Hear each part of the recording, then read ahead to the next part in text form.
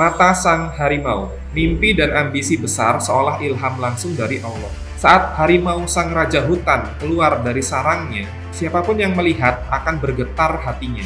Dia tangguh, gagah, dan terlihat kejam. Ambisi, wawasan, dan pikirannya sangat luas, seolah ingin menelan langit dan bumi. Dia pendiam dan tidak banyak bicara. Dia lebih banyak mengamati dan mendengarkan. Tapi ketika dia mengaum, suaranya akan menggelegar, terdengar ke seluruh penjuru. Semua yang mendengarkan pasti akan tergetar. Mata sang harimau memandang ke segala arah. Sekalinya menatap mangsa, rasanya seperti langsung menembus jantungnya. Mangsa yang menatap balik matanya akan kehilangan nyali seketika.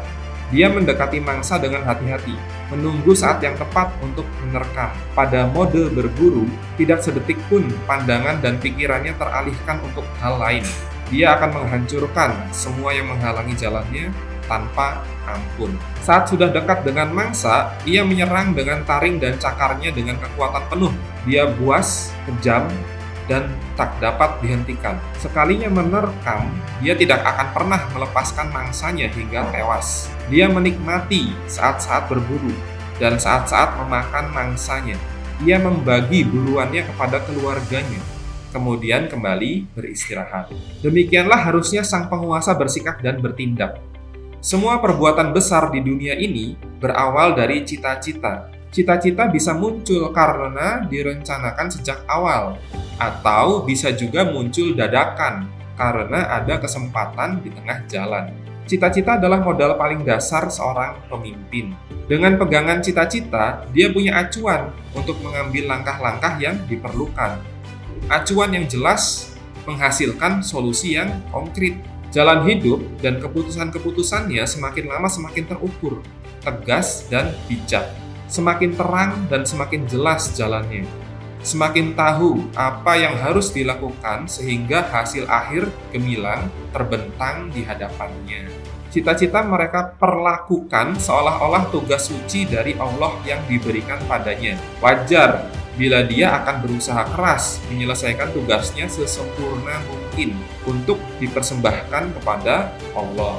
Inilah sebabnya, pada saat mengaum, harimau mampu menarik perhatian seluruh penghuni hutan. Karena saat dia mengaum, sudah dipastikan akan ada korban.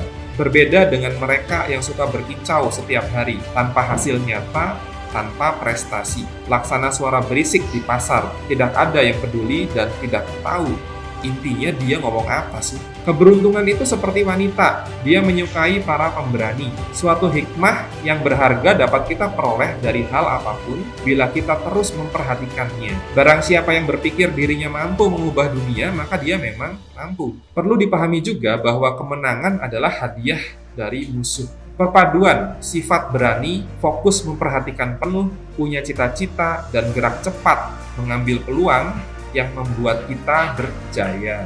Kita naik tahta bukan untuk dipuji, tapi semata-mata untuk mewujudkan visi, misi, dan tujuan perusahaan.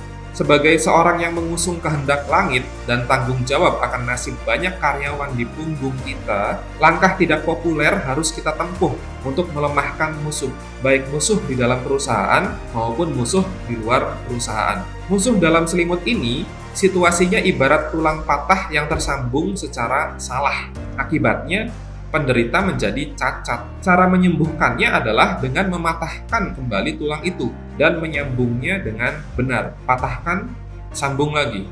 Masih ada musuh lain, patahkan lagi, sambung lagi. Musuh harus dibasmi hingga ia pergi atau minta ampun.